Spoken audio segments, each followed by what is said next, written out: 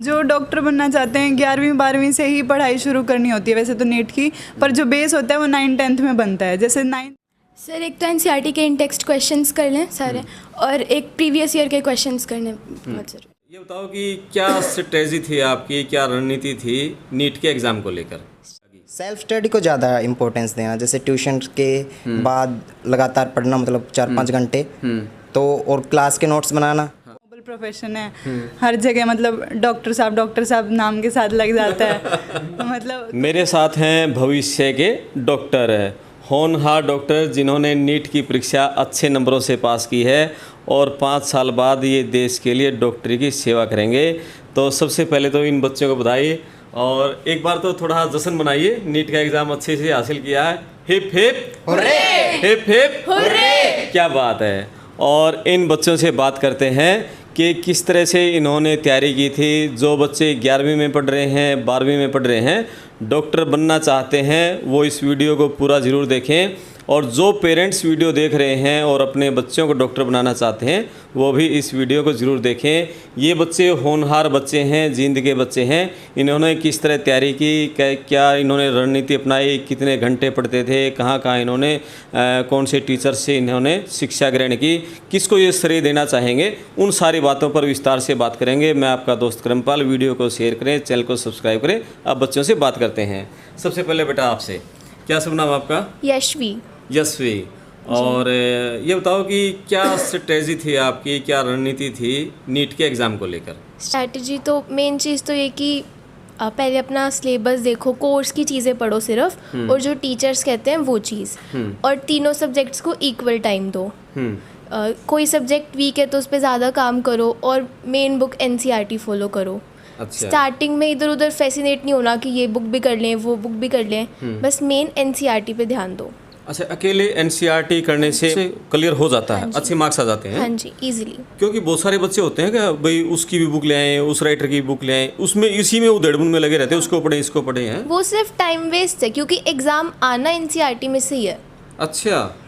एक एक question NCERT से ही आता है। तो लेकिन बच्चे तो ये कहते हैं कि हमारे टीचर कहते हैं बेटा वो भी पढ़ो, उससे भी क्लियर हो जाएगा, वो किताब भी पढ़ो, उसमें नहीं बच्चों को फंसना। सही टीचर कभी ऐसे नहीं कहता कि ये बुक करो वो बुक करो, वो एनसीईआरटी पे ही फोकस करते हैं। अच्छा। हाँ जी। ठीक है। कितने घंटे पढ़ते थे आप? मैं 6 to 8 आवर्स डेली। 6 to 8 हाँ आवर। जी। तो भविष्य में डॉक्टर बनना चाहोगे, स्पेशलिस्ट डॉक्टर क्या है आगे की रणनीति आपकी? साइकोलॉजी में जाना है। साइकोलॉजी हाँ में जी। जाना है। और आपके पेरेंट्स क्या करते हैं बेटा? मेरे पापा बिजनेसमैन है और मम्मी टीचर। मम्मी टीचर हाँ है। जी। और मेरे साथ युवा साथी हैं, इनसे बात करेंगे। आपका शुभ नाम? मंजीत। मंजीत है। तो मंजीत कुमार, ये बताओ कि आपकी रणनीति क्या थी स्कूल में और ट्यूशन पे, किस तरह कितने घंटे पढ़ाई को देते थे? सर टाइम तो 7 से 8 घंटे रेगुलर, कंसिस्टेंसी तो सबसे ज़्यादा इम्पोर्टेंट है पूरे 2 साल। अब 7 से 8 घंटे लगातार लगे रहना, ये नहीं कि कभी छोड़ दिया, वीकेंड है तो छोड़ दे, चलो कोई बात नहीं। इसमें जो 7 से 8 घंटे है, इसमें स्कूल भी आ गया, ट्यूशन भी आ गई, सेल्फ स्टडी भी आ गई। सेल्फ स्टडी को ज़्यादा इम्पोर्टेंस देना, जैसे ट्यूशन के बाद लगातार पढ़ना, मतलब 4-5 घंटे तो, और क्लास के नोट्स बनाना। और जैसे बायो और केमिस्ट्री तो बिल्कुल टोटली एनसीईआरटी, सारे 150 क्वेश्चन टोटली एनसीईआरटी, एक क्वेश्चन भी 12वीं तक नहीं। और जो मतलब फिजिक्स होती है उसकी हमने प्रैक्टिस तो करनी पड़ती है, और उसके क्वेश्चंस लगाने ज़्यादा से ज़्यादा। अच्छा। जैसे यहाँ पे बुकलेट्स थी, हमें जो बुकलेट्स मिली थी 4-4 5-5 बार कर दी उसे, मतलब हर टाइप के, अब टॉपिक के साथ 50 क्वेश्चन है तो सारे टाइप के तो कवर हो गए, और बिल्कुल कॉन्फिडेंस तो होता ही कुछ भी आ जाए अब तो कर लेंगे। अच्छा। तो कितने दिन में आपके टेस्ट होते रहते थे? टेस्ट जैसे शुरू तो 2 वीक में एक बार होता था, फिर जैसे वीक में कर दिया, मतलब जैसे जैसे तैयारी होती गई और मतलब पेपर नज़दीक आता गया, और फिर वीक में 2 टाइम्स हो गए थे लास्ट के महीने। और ये बताओ आपकी किस सब्जेक्ट पर पकड़ अच्छी थी? फिजिक्स में सबसे अच्छी फिजिक्स पर अच्छी पकड़ थी। और मतलब पकड़ तो तीनों पे अच्छी थी, लेकिन जैसे नीट वाले बच्चों की तो बायो पे सबसे ज़्यादा पकड़ होनी चाहिए। वो तो सर बायो तो नॉर्मल ही है, वो तो बायो तो सबकी नॉर्मल हो जाती है। हाँ, फिजिक्स जैसे सबको ये टेरोमा सा रहता है कि फिजिक्स तो ऐसे करनी ऐसे करनी, इसलिए थोड़ा है। यानी कि आप बायो के बाद फिजिक्स पे अच्छी पकड़ रखोगे तो आपके चांसेस ज़्यादा है नीट क्लियर होने के। हाँ सर, ये तो बिल्कुल जी।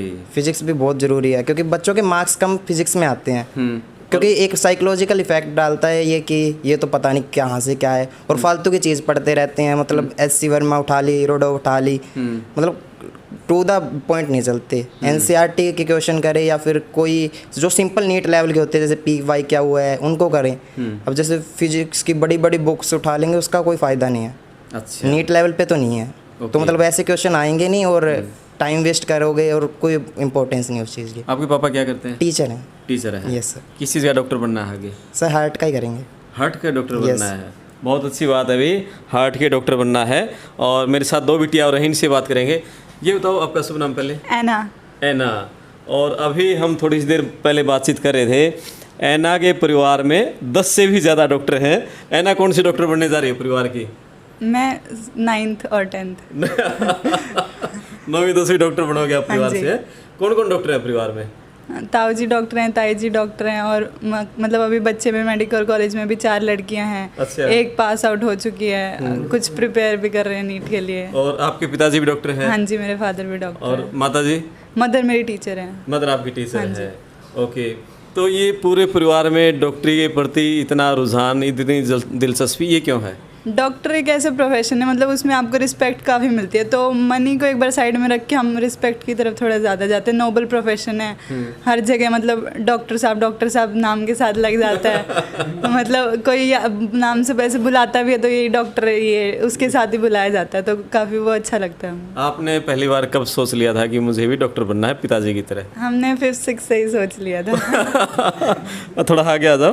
5वीं 6ठी से ही ऐना ने 5वीं 6ठी से ही सोच लिया था कि डॉक्टर बनना है। तो ये बताओ कि 11वीं और 12वीं ये 2 मेन साल होते हैं नीट की तैयारी के लिए।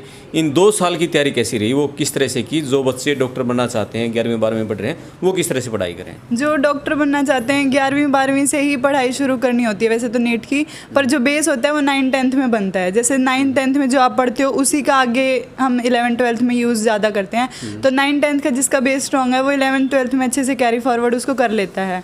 तो सिलेबस तो 11th 12th का आता है, पर उसका बेस ऑलरेडी पहले बन चुका होता है, तो वहाँ से ही हमको ध्यान रखना चाहिए। तो 11th 12th में जो पढ़ रहे हैं वो एक बार मतलब जो पीछा रह रहा है तो उसको अच्छे से रिवाइज़ कर लें, जो उनके कॉन्सेप्ट वीक हैं ऑलरेडी पहले से। तो हमारे टीचर्स एक्स्ट्रा क्लास वगैरह लेके उनको पिछला भी करवा दिया करते थे। जैसे जो चीज़ में वीक होता था, फिजिक्स में कुछ मैथ्स यूज़ होता था तो वो भी हमको अलग से करवा देते थे। आपकी किस सब्जेक्ट पे सबसे ज़्यादा पकड़ रही? फिजिक्स में।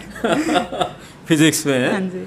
अच्छा, ये बताओ कि केमिस्ट्री को बच्चे लाइक कम करते हैं, ऐसा क्यों है?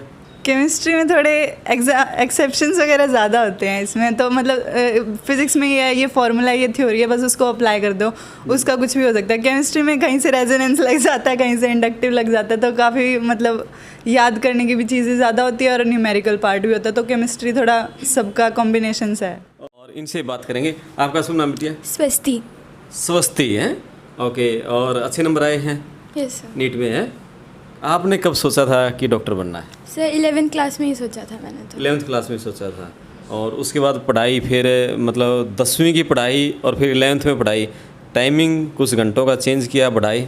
Yes sir. कितने घंटे पढ़ते थे? सर ऐसे फिक्स तो नहीं था, मतलब जो उस दिन का काम हो जाता।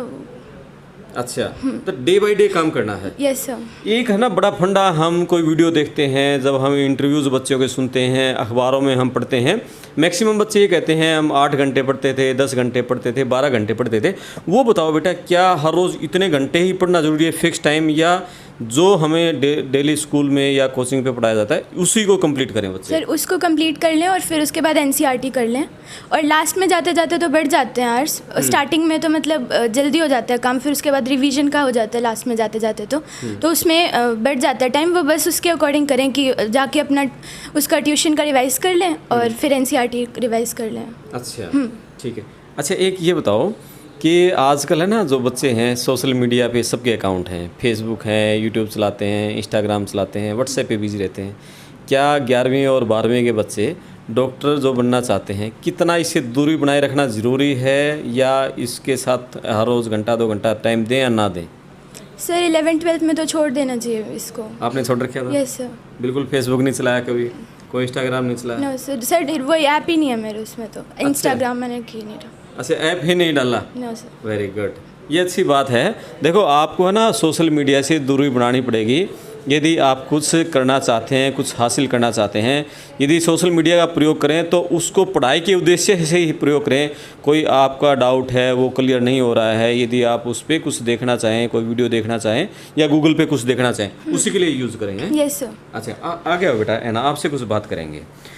इन्होंने जैसे कहा कि सोशल मीडिया इनके तो था ही नहीं, आपने सोशल मीडिया यूज़ किया? सोशल मीडिया उतना था, रिस्ट्रिक्शन थी, मतलब जैसे हमारे ऑनलाइन स्टडी हो गई थी तो फ़ोन की तरफ थोड़ा स्विच होता है, पर इन चीज़ों से दूर रहना। फेसबुक, इंस्टाग्राम, ये सिर्फ टाइम बर्बाद करते हैं। बाद में हमारे पास बहुत टाइम होता है नीट के बाद, उसके बाद कुछ भी चलाओ वो कोई प्रॉब्लम नहीं है फिर बाद में। तो जब तक पढ़ाई कर रहे हो तो वो चीज़ें डिस्ट्रैक्ट ही करती हैं आपको ट्रैक से। हाँ। और आपने क्या टारगेट सेट किया था 11वीं में और 12वीं में? टारगेट नीट का पता था कि यही क्लियर करना है, और मैं डेली टारगेट्स में ज़्यादा विश्वास रखती थी कि सुबह उठ के ना लिख लो आपने दिन में क्या क्या करना है, ये चैप्टर पढ़ना है, ये टेस्ट करना है, और डेली टारगेट सॉल्व करना कि यही सब पूरा करना है रात को सोने से पहले। ये चीज़ पे ध्यान ज़्यादा देना चाहिए। आप सब है ना, मुझे एक एक मंत्र बताओ।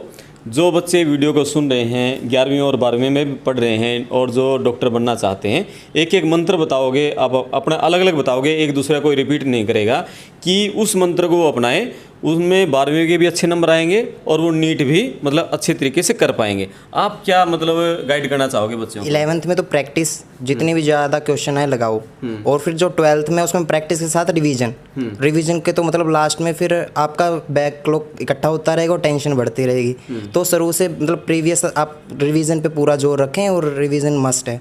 अच्छा, ठीक है। आप बताओ बेटा। टेस्ट देने ज़रूरी हैं बहुत। आप छोटे से छोटा टॉपिक भी पढ़ते हो तो छोटा ही टेस्ट दो बेशक, और उसको एनालाइज करना सीखो टीचर से बात करके कि ये क्वेश्चन गलत हुआ तो इसका सॉल्यूशन ये है, ताकि फ्यूचर में गलती ना हो दोबारा। तो टेस्ट देना ज़रूरी है। जी, आप बताओ बेटा। मेरे लिए तो एनसीईआरटी सब कुछ थी, मतलब एनसीईआरटी सर ने हमको बोर्ड पे ऐसे खोल के लाइन टू लाइन इतने अच्छे से पढ़ाई है, और उसी में से सारा पेपर उठ के आ जाता है। तो बच्चे इधर उधर भागते रहते हैं, उससे कोई फ़ायदा नहीं होता। जिसने एनसीईआरटी पढ़ ली वो उसको बार बार पढ़े, तो उसी से सब कुछ हो जाता है। एनसीईआरटी है जी सर। एक तो एनसीईआरटी के इन टेक्स्ट क्वेश्चंस कर लें सारे, और एक प्रीवियस ईयर के क्वेश्चंस करने बहुत ज़रूरी है। अच्छा, एक और बताओ, एक बड़ा सवाल है। हमारे जो छोटे शहरों के बच्चे हैं, और वो बच्चे भी, उनके पेरेंट्स भी कोटा या दिल्ली वहाँ जाने के लिए मतलब एक ये रहती है, मतलब एक दौड़ रहती है उनके बीच में, और वो ये उनको ये अंदर ये रहता है कि कहीं हम कोटा न जाएं, हम पिछड़ न जाएं। आपके दोस्त कोई इस तरह कोटा गए हुए थे क्या? उनका सिलेक्शन हुआ नहीं हुआ? आप बताओ। सर नहीं हुआ। आपके दोस्त थे? यस सर, 2-3 दोस्त थे मेरे। आपके 2-3 दोस्त कहाँ, कोटा में थे? कोटा में भी थे, 1-2 आकाश में भी था। अच्छा, और उनका सिलेक्शन हुआ नहीं हुआ? नहीं हुआ सर। कोटा वालों का नहीं हुआ, यानी कि कोई ज़रूरी नहीं है कि कोटा वालों का सिलेक्शन होगा? नो सर, बिल्कुल नहीं है ज़रूरी। अच्छा, आपके कोई दोस्त थे कोटा में? हाँ जी, उनका हुआ? किसी का हो भी जाता है, पर इस बार तो हमने नहीं सुना किसी का। इस बार नहीं सुना। हाँ। ठीक है। आपके दोस्तों का? दोस्त तो नहीं थे, बट इतना पता है कि बच्चे पे ज़्यादा डिपेंड करता है, यहाँ से भी सिलेक्शन होते ही है। अच्छा, हाँ जी, ऐसा जरूरी नहीं है कि आप कोटा चले गए तो आपका सिलेक्शन पक्का ही है? नहीं, ऐसा ज़रूरी नहीं है। ठीक है। और आप बताओ। सर मेहनत का है। हाँ। मतलब वहाँ पे भी आपको मेहनत तो करनी पड़ेगी, और यहाँ पे भी मेहनत करनी। मेहनत से नंबर हर जगह सेम ही आएंगे। मतलब वहाँ पे मेरे दोस्त के 680 भी आए हैं और कईयों के आए भी नहीं। अच्छा, अब ये ना आप अभी वीडियो से पहले बात कर रहे थे, आप मुझे एक किस्सा बता रहे थे कि मेरे दोस्त कोटा से आते थे, फिर हम उनसे जैसे पढ़ाई से रिलेटेड बात कर रहे थे, तो वो एवरेज ही होते थे, उनको कोई ज़्यादा नहीं था। मतलब जैसे हम बैठते हैं और मतलब कुछ भी कोई भी हो, मतलब कितना भी इंटेलिजेंट मतलब अपने आप में बनता रहे, लेकिन जो बेस है वो तो सबका सेम ही है। और जो मतलब कॉन्फिडेंस है और मतलब जो नॉलेज है, नॉलेज में कोई कंपेयर मतलब वहाँ से और यहाँ पे कोई वो नहीं है। कोई वो नहीं है। ये बहुत बड़ी बात है भी। आपको ज़रूरी नहीं है कोटा ही भागना पड़े और वहीं से आपका सिलेक्शन पक्का होगा। छोटे शहरों में रहकर भी आप नीट, IIT जैसे एग्ज़ाम क्लियर कर सकते हैं। मेरे साथ हैं फिजिक्स के एक्सपर्ट रमेश चाल जी। आपसे सर ये बताओ, नमस्कार सर, कि जैसे जो बच्चे इन्होंने बताया है कि भाई ऐसा ज़रूरी नहीं है कि कोटा में ही एडमिशन होगा। सर कोटा भी अपनी जगह सही है, हर चीज़ सही है, डिपेंड करता है अपने खुद के ऊपर। अच्छा, अगर बच्चा पढ़ेगा तो कहीं से भी सिलेक्शन होगा, नहीं पढ़ेगा तो कुछ नहीं होगा जी। और उसमें कंटिन्यूटी, टीचर की गाइडलाइंस और बच्चे खुद की मेहनत ज़्यादा है जी। तो वहाँ से भी सिलेक्शन होते हैं। हम किसी को ये नहीं कह रहे, यहाँ से भी होते हैं। हमारे बच्चे हर साल 15-20 बच्चे निकल जाते हैं नेट में। तो कारण क्या है उसके पीछे? हमारा कोई रीजन थोड़ा नहीं है, हमने तो सबको बराबर पढ़ाया होता है जी। तो बच्चे की मेहनत है।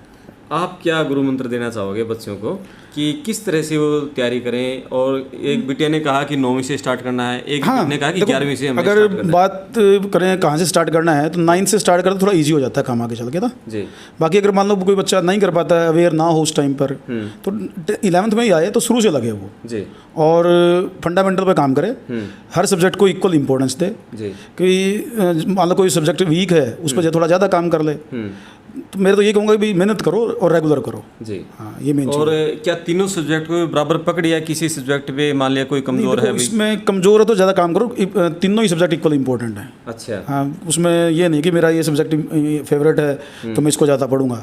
हमें तीनों एग्जाम उसमें सब्जेक्ट में अच्छा करना पड़ेगा, रिजल्ट तो तभी आएगा। नीट वाले बच्चों के लिए, जैसे हम पीछे बातचीत में आपने बताया कि बायो तो सबका इक्वल होता है, हाँ, तो उसके main लिए decide बायो से होता अलग हटकर देखो तीनों ही सब्जेक्ट है। बायो के यूँ होगी भी उसमें क्वेश्चन डबल आते हैं फिजिक्स केमिस्ट्री कंपैरिजन में, लेकिन रिलेटिवली वो इजी होता है जो बच्चे पढ़ने वाले उनके लिए। तो केमिस्ट्री फिजिक्स में जो अच्छा परफॉर्म करेगा उसका सिलेक्शन हो जाता है। जी तो केमिस्ट्री और फिजिक्स पे थोड़ा सा बच्चों को एज रखना होता है कि हम दूसरों से ऊपर आएँ। दूसरे से ऊपर। हाँ, बहुत अच्छी ये बात कही। और भाई बहुत अच्छा इंटरव्यू रहा और बच्चों ने बहुत ही अच्छी बातें बताई हैं कि किस तरह से इन्होंने तैयारी की और क्या इन्होंने टारगेट सेट किया, कैसे ये सोशल मीडिया से दूर रहे। और इस तरह आप भी डॉक्टर बनना चाहते हैं तो बच्चों ने जो गुरु मंत्र दिए हैं उन गुरु मंत्र को अपनी लाइफ में अपनाएं। आप 11वीं के स्टूडेंट हैं या 12वीं में पढ़ रहे हैं तो जो बच्चों ने बताया है NCERT पे फोकस रखें, इधर उधर की बातों पर ना जाएं। मैं आपका दोस्त करमपाल, वीडियो शेयर करें। धन्यवाद।